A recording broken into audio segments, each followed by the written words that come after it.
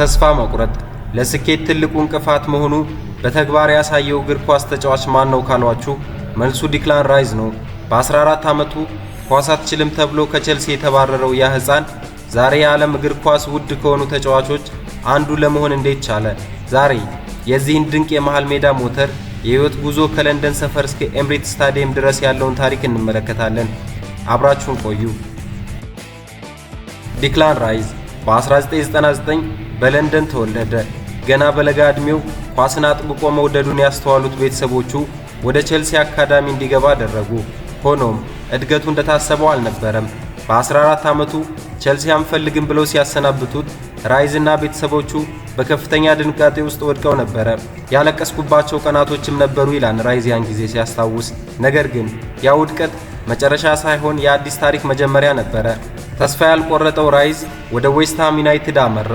በዌስትሃም አካዳሚ ውስጥ ካሉ ታዳጊዎች ሁሉ ቀድሞ ሜዳ የሚገባውና ዘግይቶ ከሜዳ የሚወጣው ራይስ ብቻ ነበረ። አሰልጣኞቹ በሜዳ ላይ ያለውን መሪነትና ጨዋታውን የመረዳት ብቃቱን ወዲያውኑ ተረዱት። እንደ አውሮፓውያን አቆጣጠር በ2017 ገና በወጣትነቱ ለዋናው ቡድን መሰለፍ ጀመረ። ብዙም ሳይቆይ የቡድኑ የልብ ትርታ ሆነ። በሜዳ ላይ ያለው ብስለት እያዩ ደጋፊዎች መገረም ጀመሩ። በታላቁ ማርክ ኖብል ጡረታ በመውጣቱ ምክንያት ደግሞ የክለቡ ካፒቴን ሆኖ ተሾመ። ዲክላን ራይስ ለዌስትሃም ዩናይትድ ትልቅ ስጦታን አበረከተ። በኢሮፓ ኮንፈረንስ ሊግ ዋንጫን በካፒቴንነት በማንሳት ለ43 ዓመታት የቆየውን የክለቡን የዋንጫ ጥም አረካ። ይህ ድል በዌስትሃም ቤት የነበረውን ቆይታ በታሪክ ማህደር አስመዝግቦ እንዲሰናበት አደረገው። ዲክላን ራይስ በክለቡ ታሪክ እጅግ ውድ የሆኑት የዝውውር ዋጋ በማስመዝገብ እንደ አውሮፓውያን አቆጣጠር በጁላይ 15 2023 በይፋ አርሰናልን ተቀላቅሏል። በ105 ሚሊዮን ፓውንድ ክብረ ወሰን ወደ አርሰናል ተዛወረ።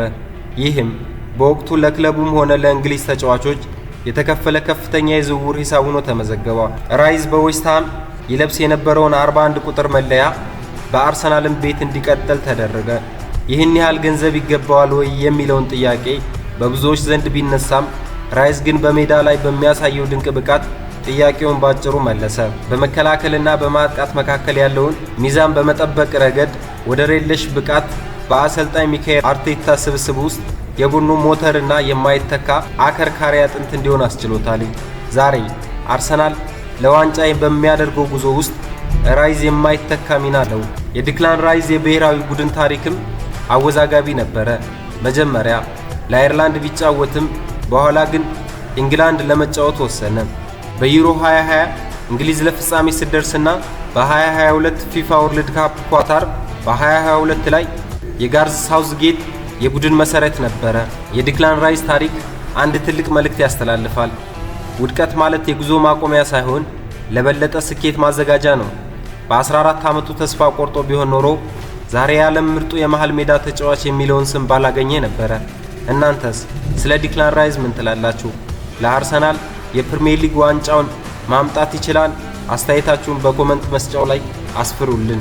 ቪዲዮውን ከወደዳችሁት ላይክ እና ሰብስክራይብ በማድረግ በቀጣይ በሌላ ታሪክ እስከምንገናኝ መልካም ጊዜ